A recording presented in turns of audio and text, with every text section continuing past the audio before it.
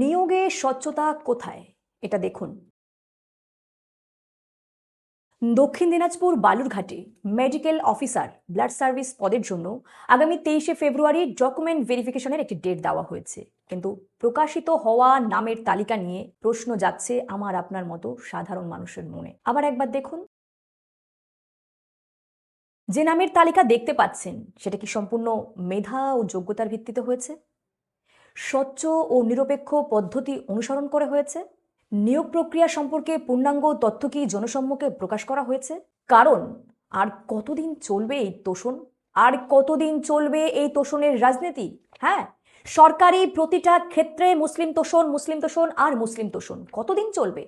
Police থেকে constable থেকে civic volunteer, তোষণের রাজনীতি। শিক্ষকতায় তোষণের রাজনীতি, স্বাস্থ্যক্ষেত্রে তোষণের রাজনীতি, জোর করে ওবিসি তালিকায় অন্তর্ভুক্তিকরণ, এটাও তোষণের রাজনীতি। হ্যাঁ, আর সরকারি চাকরির বিভিন্ন কোটাগুলোতে নাম ঢুকিয়ে দেওয়া, সেটাও তোষণের রাজনীতি। আর কতদিন চলবে শুনি? সরকারি চাকরি কোনো রাজনৈতিক বা পক্ষপাতের বিষয় আসলে কি হতে পারে? তাহলে কেন করছেন তোষণের রাজনীতি?